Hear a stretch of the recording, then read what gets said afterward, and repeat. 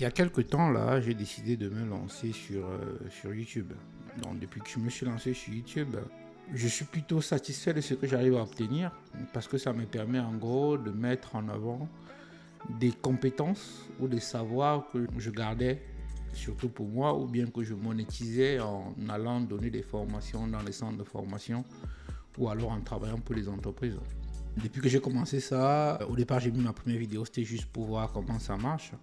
Et je commence à avoir des retours plutôt positifs en fait, qui me disent voilà, tes vidéos sont bien, on peut l'améliorer en faisant ça, ce que j'aime bien en fait. J'ai même un ancien collègue qui m'a dit qu'il a vu que j'étais devenu influenceur.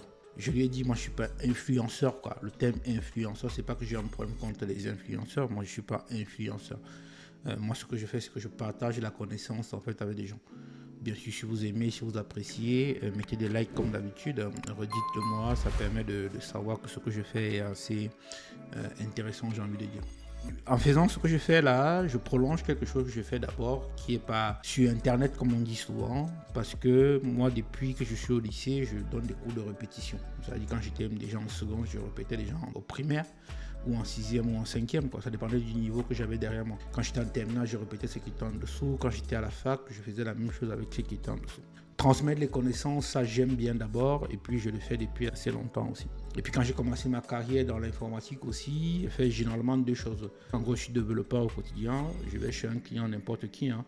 Par exemple, si je vais par exemple chez une compagnie de transport qui me dit non, on veut que tu nous mets un système de billetterie par exemple, moi je développe le système de billetterie et on met à disposition des clients. Et à côté de ça, ce que je fais, parce que j'aime bien le faire, je donne des formations. Donc je vais dans des centres de formation qui me contactent pour dire aujourd'hui on a besoin d'un formateur pour former des gens sur Spring, on s'entend sur le prix, je vais chez eux. Ou alors je vais voir des gens qui disent moi je veux que tu nous formes sur du React, moi je forme des gens sur du React, si on veut des gens qui nous forment sur Docker, je forme sur Docker, du Ansible, je forme des gens sur Ansible. Donc ça fait que j'ai vu beaucoup de profils passer dans des formations. Ceux qui ne connaissaient rien en informatique, ceux qui connaissaient pas mal de choses en informatique, ceux qui étaient déjà assis et qui voulaient améliorer la connaissance, et qui ne partaient de zéro, de chez zéro, qui voulaient apprendre des choses en fait. Et donc, comme je vous le disais, depuis que j'ai lancé YouTube, il y a des gens qui viennent me voir et me disent moi je veux vraiment devenir informaticien, je veux pousser le bouchon plus loin, je veux devenir à l'aise, un peu comme vous montrez dans vos vidéos là, pour être à même de trouver un bon travail et de postuler en fait. Et moi ma réponse est toujours la même, très bon choix. Honnêtement, faites un très bon choix quand vous décidez de devenir informaticien. Pourquoi? Parce que aujourd'hui, les besoins en informatique sont énormes. Quand je dis énorme, ça veut dire que pour les besoins qu'on a, on n'arrive pas à trouver autant de monde. C'est ce qu'on appelle un secteur en tension aujourd'hui. L'avantage, c'est que vous pouvez travailler aussi de n'importe où. C'est un peu plus difficile à trouver, les entreprises qui laissent travailler de n'importe où, mais ça se trouve en fait. Il faut trimer un peu, mais on arrive à trouver. L'autre avantage, c'est que vous gagnez très bien votre vie aussi. Très bien, j'exagère un peu sur le trait, mais vous gagnez bien votre vie. Voilà. En tant qu'informaticien, vous gagnez bien votre vie. Ça dépend de plusieurs choses après derrière. Parce que gagner bien sa vie, c'est relatif parce que tout le monde n'a pas les mêmes charges. Mais le point d'entrée, c'est-à-dire ce que vous récupérez en entrée, c'est plutôt pas mauvais en fait. D'accord? Contrairement à d'autres métiers, je ne dénigre aucun métier bien sûr, hein. Chaque métier est utile à la société, mais le point d'entrée en informatique est très important. Dans cette vidéo-là, ce que je propose de vous faire avec vous, c'est de vous montrer à peu près, à mon avis, quelles sont les étapes pour devenir informaticien. Donc j'essaie de discuter avec vous rapidement là pour qu'on se mette d'accord, pour vous dire, vous voulez devenir informaticien, voilà à peu près ce que je vous propose de faire. D'accord? Donc voilà un peu ce que je vous proposais de faire dans cette vidéo. J'ai un peu parlé de moi, mais l'idée c'est de vous montrer à peu près comment vous pouvez faire la même chose pour devenir aussi informaticien. Bonjour et bienvenue encore dans cette nouvelle vidéo, là ou bien dans ce nouvel échange. J'appelle ça un échange souvent parce que ça me permet de dire des choses, vous réagissez en commentaire, vous venez me retrouver sur LinkedIn, on échange ensemble et puis on confronte nos points de vue. L'échange qu'on a ensemble, c'est pour vous dire comment on fait pour devenir développeur. Vous voulez devenir développeur, pourquoi est-ce que vous devez devenir développeur et qu'est-ce que vous gagnez quand vous devenez développeur grosso modo. Je suis Achille Bougang, développeur depuis assez longtemps pour transmettre mes connaissances et comme j'aime bien le faire, je propose de faire de même avec vous dans cet échange en fait pour voir à peu près avec vous comment ça marche. D'accord ?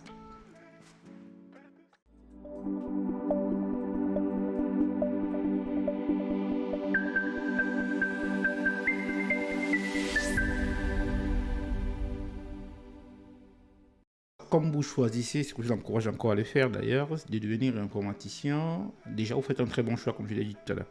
Mais Comme vous allez devenir informaticien, parce que dans l'informatique, il y a plusieurs métiers, on va dire ça comme ça. Moi, je vais me spécialiser plutôt pour tout ce qui est développeur, administrateur système ici. J'irai peut-être dans le métier de Scrum Master par la suite.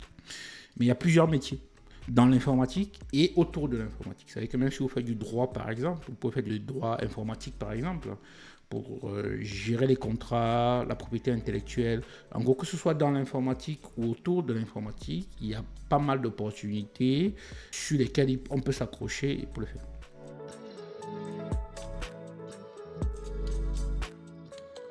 Question suivante, c'est est-ce que tout le monde peut devenir informaticien? Moi, je dirais oui à 90% quand même. Parce que on ne peut pas dire 100% parce que tout le monde n'a pas les mêmes appétences, tout le monde n'a pas les mêmes compétences, tout le monde n'a pas les mêmes choix de vie, les mêmes besoins en fait. Mais je dirais quand même oui à 90%.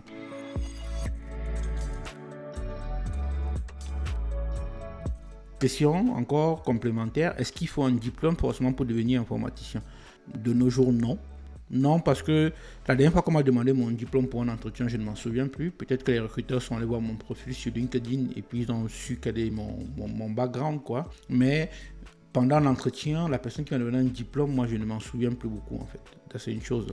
Et puis aujourd'hui, il y a tellement de plateformes pour trouver un emploi que quasiment personne ne vous demande de fournir votre diplôme ou de monter patte blanche parce qu'on sait que il y a beaucoup de reconversions dans l'informatique. En fait, tu sais, par exemple, en France, quand vous allez par exemple Pôle emploi, qui est l'organisme qui se charge des chômeurs en France, l'un des premiers métiers vers lesquels on vous redirige pour suivre une formation, c'est dans l'informatique en gros.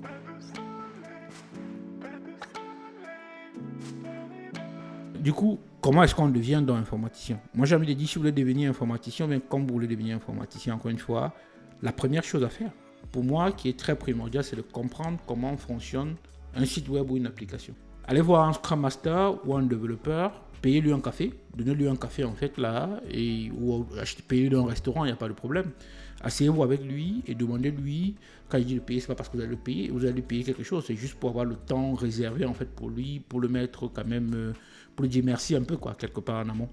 Demandez-lui donc comment fonctionne vraiment un site ou une application, quelles sont les briques qui interviennent en fait. Pour être très concret, quand je vais sur Google, je tape devenir développeur, qu'est-ce qui se passe vraiment derrière en fait? D'accord? Quels éléments rentrent en jeu? Quel langage rentre en jeu? Quelles briques rentrent en jeu? Qu'ils vous prennent ça à l'échelle d'un petit site, par exemple, pour, je dis petit, c'est vrai, encore une fois, c'est relatif, hein, par exemple pour un kebab ou bien pour un restaurant, quand on clique sur le bouton réservé sur un restaurant, qu'est-ce qui se passe? Qu'on a à l'échelle d'un gros site, par exemple, comme Google ou Facebook, comment ça marche, quoi? Parce que selon la taille du site, les actions ne sont pas les mêmes, mais grosso modo, c'est la même chose qui se passe derrière en fait. D'accord? Commencez par vous asseoir avec un professionnel de la chose et demandez-lui quelle est la cinématique derrière pour qu'on puisse accéder aux informations qui sont sur un site ou alors transmettre des informations à un site. Quand vous remplissez par exemple un formulaire, en réalité, vous transmettez des informations. Donc, asseyez-vous à la personne, demandez-lui, toi qui es dans la chose, comment ça marche? Qu'est-ce qui se passe? Qu'il vous explique ça, comme on l'expliquerait à mamie en fait, pour qu'elle comprenne vraiment comment les choses marchent derrière en fait. Ça vous donnera une idée de ce vers quoi vous pouvez vous diriger. Parce que selon que vous êtes gestionnaire d'équipe ou bien chef d'équipe, votre travail n'est pas le même pour qu'un site puisse fonctionner. En gros, vous allez gérer les équipes, vous allez programmer des tâches, vous allez savoir l'ordre de programmation des tâches pour rester cohérent. Selon que vous êtes développeur, votre travail ne sera pas aussi le même non plus. Parce que comme vous avez compris comment les choses fonctionnent derrière, vous comprendrez aussi les différents métiers qui rentrent en considération, mais qui rentrent en jeu. Vous saurez donc s'il faut être développeur ou pas. Vous verrez si ça vous convient plus de faire des pages que les gens voient si elles sont belles ou pas et puis qu'elles puissent les utiliser. Ou alors, si vous ne voulez pas qu'on voie votre traite ou bien que vous ne travaillez pas pour que les gens voient ce que vous faites, vous pouvez aller plutôt vers l'administration ou bien la gestion du réseau ou la sécurité informatique en fait. Donc, selon comment on vous a expliqué les choses, vous verrez à chaque étape donc un profil de métier se dégager en fait. Et en fonction de vos appétents, vous verrez vers lequel aller ou bien vers lequel ne pas aller. Ça vous permet de vous rediriger en fait. Donc, asseyez-vous avec un professionnel, demandez-lui comment ça marche. Il vous dira un peu comment ça marche en fait. D'accord? Une fois que vous aurez compris donc, comment ça marche et que vous avez commencé à avoir une idée de comment faire les choses ou de ce que vous voulez tendre. Deuxième chose maintenant, faites rentrer en jeu ce que normalement tout être humain a, la logique. La première compétence dans le domaine logiciel informatique, grosso modo, c'est la logique. Il faut être logique. faut pas trop s'embêter à vouloir comprendre des choses qui sont plutôt compliquées ou pas du tout. Dites-vous que vous allez essayer d'être logique. En gros, si je clique sur ce bouton, qu'est-ce qui va se passer? Qu'est-ce que j'attends à voir en retour? Je clique sur le bouton actualiser, qu'est-ce qui va se passer? À chaque fois que je tape mon texte, qu'est-ce que je m'attends à voir? Quand je sélectionne une photo, qu'est-ce qu'il faut faire pour la télécharger? Donc la première chose qu'il faut que vous essayez de travailler ou bien de réveiller en vous surtout, c'est votre côté logique. Parce que la première compétence qu'on demande à quelqu'un qui est dans le domaine informatique, c'est d'être logique, à bien comprendre comment ça marche.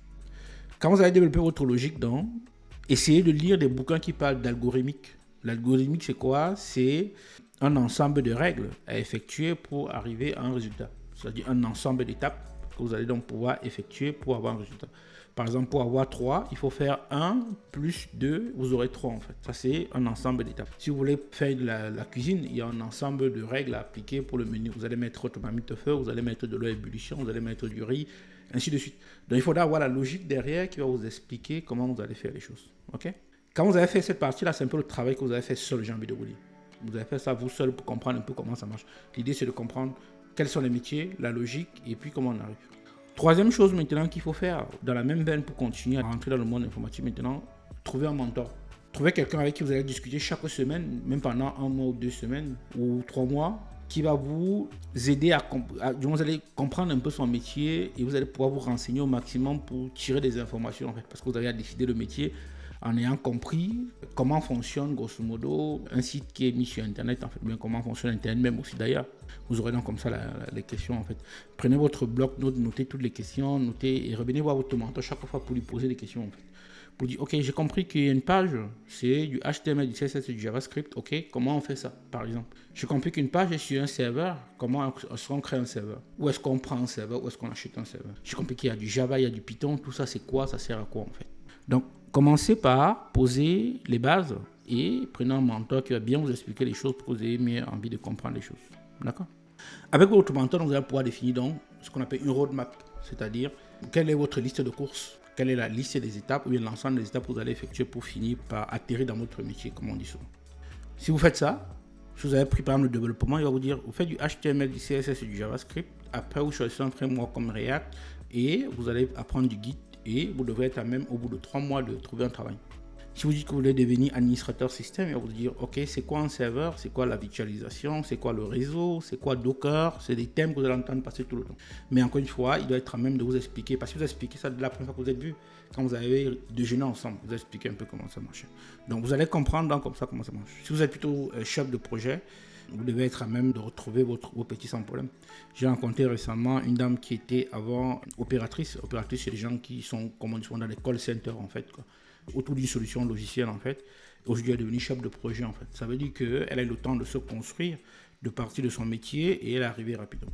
J'ai formé des gens qui avant étaient restaurateurs et qui sont devenus à la fin des développeurs et qui sont très bons dans leur métier. Hein. Il ne manque pas beaucoup de choses, mais à force c'est comme le sport, à force de s'entraîner, vous acquérez des compétences et qui vous permettent de grandir en fait, tout simplement. J'ai formé des gens qui avaient une licence en lettres modernes, qui sont aujourd'hui des testeurs logiciels en fait, sans problème. J'ai formé des gens qui avaient une licence en mathématiques, qui sont des bons développeurs aujourd'hui et qui se sortent très bien. Il y a plusieurs métiers et peu importe la compétence que vous avez à la base, vous devrez trouver votre mantra qui vous permettra d'arriver tout doucement. Donc, dès que vous avez défini maintenant votre roadmap, tenez-vous à votre roadmap en fait. Ne lâchez pas parce que c'est une collection d'efforts en fait. Dès que vous avez trouvé votre métier, donc, ne lâchez pas.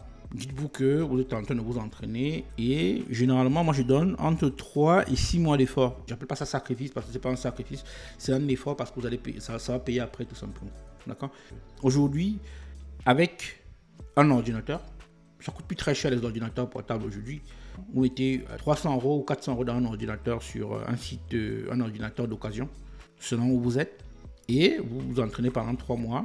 Vous allez dans un cybercafé où vous allez recharger votre connexion tous les jours, où vous formez des choses parce que vous avez Internet de chez vous. Vous allez sur YouTube, vous vous mettez dans le mindset ou bien l'état d'esprit pour dire qu'aujourd'hui c'est ma formation, faites ça pendant 3 mois. Au bout de 3 mois, vous devez être à même d'aller postuler sur les emplois. Quand vous avez fini votre roadmap donc, avec l'accompagnement de votre mentor, vous devez donc être à même de chercher un travail.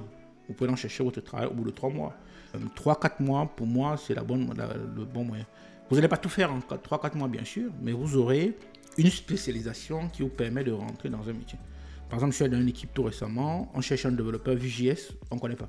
On ne sait pas trouver.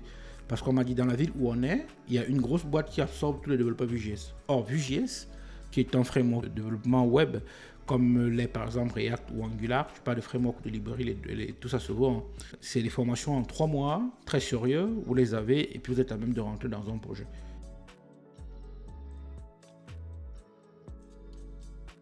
Et où est-ce que vous postulez? Le plus connu aujourd'hui, vous allez sur LinkedIn. Vous allez sur LinkedIn, vous dites au recruteur, moi je viens de fournir une formation en React, là, voilà ce que je sais faire. Très souvent, ils vont vous prendre un entretien au moins déjà pour écouter ce que vous savez faire et ils devraient vous donner votre chance en fait.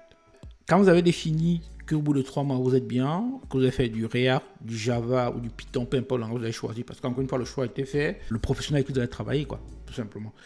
Vous allez donc pouvoir encore compléter votre formation pendant à peu près 1 an, mais à un rythme moins lourd ou bien moins dense, mais en gagnant de l'argent en fait. Pourquoi? Parce que au bout de 3 mois, comme vous avez postulé, n'allez pas tout faire encore une fois, prenez un secteur spécialisé au-dessus, faites ça très bien, vous devez être à même de trouver votre boulot. Et vous allez donc pouvoir comme ça avancer. Si vous allez voir quelqu'un qui va vous dire qu'on fait du React en 1 heure, 1 heure c'est pas suffisant, dites-vous qu'en 3 mois vous allez bien comprendre les choses, vous allez pouvoir rentrer dans le job sans problème. Quelqu'un vous dit vous allez faire du Docker en 2 jours, dites-vous 2 jours c'est pas suffisant, il faut 3 mois vous faites de l'administration système et du Docker particulièrement, vous devez être à même de trouver votre boulot en fait. Vous allez chercher un travail, on va vous demander combien est-ce que vous voulez. Pour donner un ordre d'idée, quelqu'un qui commence peut gagner entre 25 000 et 30 000 euros. Je vous laisse faire les calculs et les conversions. Entre 25 000 et 30 000 euros, vous devez trouver votre bonheur dedans en fait, quoi. Et avec ça, vous devez donc pouvoir atterrir dans un boulot et, comme je disais, augmenter vos revenus. C'est pas physique, c'est plutôt intellectuel et puis vous trouvez toujours votre bonheur dedans. Si je veux résumer ce que je dis depuis là, déjeuner avec quelqu'un qui est dans le métier, qui vous explique un peu comment ça fonctionne. Allez vous chercher l'information, parce qu'il y a le besoin, on cherche de l'information, on ne trouve pas. Apprenez l'algorithmique et réveillez la partie logique qui est en vous pour pour comprendre comment ça marche les choses. Apprenez comment marche Internet, comment fonctionne Internet grosso modo. Prenez un mentor, d'accord, qui va vous suivre dans votre formation, qui sera là pour vous accompagner, pour lever les points de blocage qui vous permettent d'avancer tout doucement. Donnez-vous 3 ou 4 ou 5 mois de boulot à fond, parce qu'après, la réussite est au bout des efforts, comme on dit souvent. Et quand vous avez fait ça, définissez votre fourchette de travail. Ne soyez pas très gourmand au début, parce que au bout d'1 an ou 2 ans, vous pouvez commencer à demander des augmentations, mais changer de boulot sans problème. Ne soyez pas très gourmand au-dessus, mais vous devez quand même trouver votre bonheur. Si vous voulez encore échanger sur le sujet, comme je le dis souvent, n'hésitez pas. Sur mon site chilo.tech, vous pouvez prendre un petit créneau. De 30 minutes, on va échanger ensemble. Je suis disponible sur LinkedIn. Je réponds à toutes les questions. D'accord ? Et puis, laissez un commentaire en dessus si vous aimez bien ce que je viens d'expliquer et de raconter là. D'accord? Merci d'avoir suivi tout ça. Hein. Ce genre d'échange, je vais revenir assez souvent pour en refaire, pour vous réexpliquer comment ça marche, comment devenir informaticien. Les prochains échanges, je viendrai avec des thématiques bien particulières. En gros, comment devenir développeur, comment devenir administrateur système, comment devenir DevOps. Donc, on va essayer d'aller comme ça tout doucement. En fait. D'accord? Si vous aimez bien ce que je dis là, retrouvez-nous sur toutes nos plateformes qui s'affichent là et mettez à chacun un bon pouce en fait. Faites connaître autour de vous. N'hésitez pas. Hein, c'est toujours un plaisir d'échanger et c'est toujours avec plaisir. À très bientôt. Profitez de votre semaine. Portez-vous bien et au plaisir de se rencontrer bientôt.